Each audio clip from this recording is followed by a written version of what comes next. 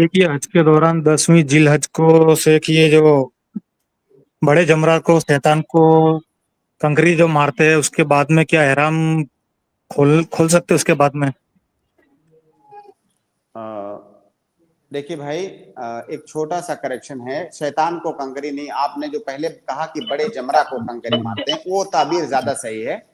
बहुत सारे लोग, उर्दू जबान का ये मसला है कि बहुत सारे लोग उसको शैतान से ताबीर करते हैं कि शैतान को कंकरी मारने जा रहे हैं। ऐसा नहीं कि वहां शैतान बैठा हुआ है, आप कंकरी मारोगे तो शैतान को लगेगा। शैतान ने वहां पर बहकाने की कोशिश किया था इब्राहिम अलैहिस्सलाम और इस्माइल अलैहिस्सलाम को। अब शैतान के तई हम अपनी नफरत का इजहार करते हैं। अल्लाह के नबी सल्लल्लाहु अलैहि वसल्लम ने हमको सिखाया कि इस तरह से अल्लाह ताला की तकबीर बयान करो और इस तरह से अपनी बराअत का, अपनी नफरत का इजहार करो। ये एक तरीका है, सिंबल है, वरना वहां शैतान नहीं बैठा हुआ है जिसको आप कंकरी मार रहे हैं। तो इसी जो ये एक थिंकिंग है, जो सोच है कि वहां शैतान बैठा हुआ है।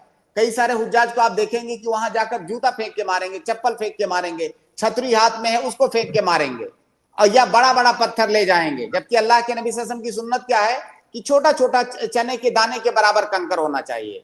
लेकिन इस देखिए शैतान किस तरह बहकाता है। एक तो आप शैतान से नफरत का इजहार वहां करने जा रहे हैं, दूसरी जानिब शैतान आपसे एक सुन्नत छुड़वा रहा है। वो बता रहा है आपके दिमाग में कि यहाँ शैतान बैठा है तो बड़े पत्थर से मारो। इस तरह से आपकी एक सुन्नत छूट रही है। बहरहाल सवाल आपका ये नहीं है, ये तो एक जिम्नी बात थी जो मैंने बयान कर दिया। आपने कहा कि बड़े जमरा को कंकरी मारने के बाद क्या हम इहराम खोल सकते हैं?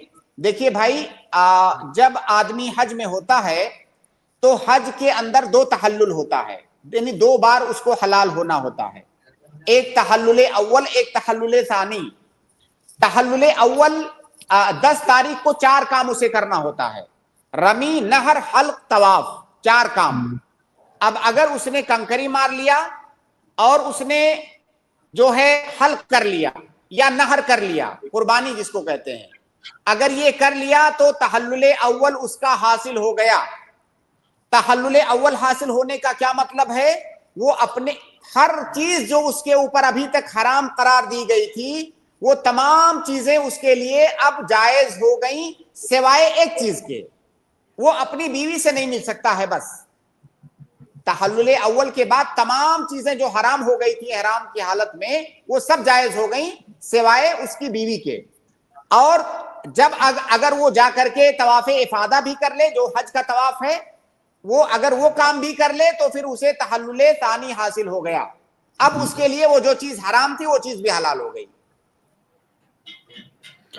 जी यासीन भाई, एक ये जो 10 जिल्हज के जो 4 काम है वो तरतीब से आगे पीछे हो जाए तो उससे को चलेगा वो?